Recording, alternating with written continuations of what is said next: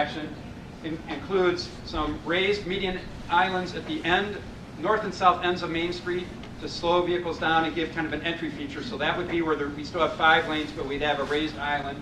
And then we have bump outs, which I'll show you in the next slide, to shorten the crossing for pedestrians and help slow vehicles down. We have some short medians, or really pedestrian refuge islands. I think there's 7 of them. And if you can see on this illustration, they're not continuous through the whole downtown. They're just between blocks, so that at some blocks where pedestrians are already crossing without signals, pedestrians can cross. And the new law allows you to say you must yield or stop to a pedestrian in a crossing.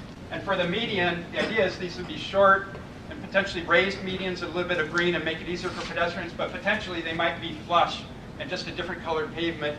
And when we've looked at where the medians would go, we wanted to make sure we have enough room for the left turn lanes. So we put these medians where they're not going to conflict with turning movements. It's just parts of the street that are not really used by vehicles right now. Then when we get down to the intersections, this is kind of the general configuration. At some of the major intersections, we'd have a left turn lane, a through lane, and then a right turn lane. And the right turn lane, when you go, it would not continue. So we would have we'd have a curb bump out on the opposite side of the intersection. So I know we had some people say, well, we heard you're going to have to weave back and forth.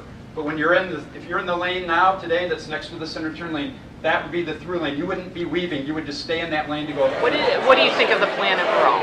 Anything that concerns you? Anything that you like? What concerns me is that we maintain a combination of reverse angle parking and parallel parking.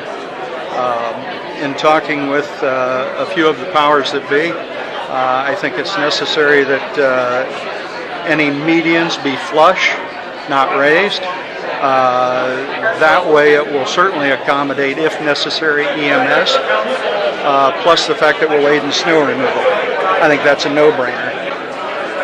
Early on, we saw diagrams that showed parallel parking on both sides of the street.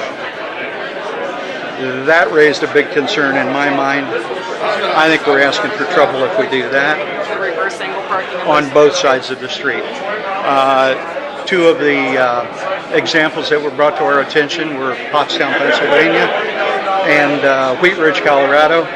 And if you go to those websites, you can see that it is a combination thereof.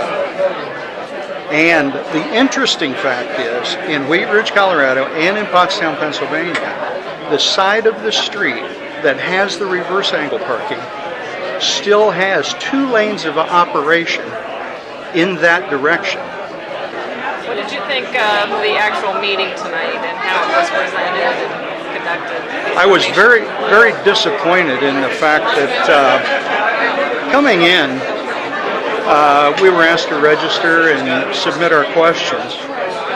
And I purposely asked, how many questions are we going to be allowed to ask? And the answer I was given was, there's no limit. My next question was, will all of those questions be answered? And the answer I received was yes. I don't feel as if I'm alone in the fact that led me to believe that this was going to be somewhat of a question and answer session. Group discussion, feedback. I ask a question. Someone halfway across the room adds something to it, throws an idea out in regard to that question. The individual at the front, whether it be the mayor, the service safety director, the fire chief, the police chief, gives some feedback.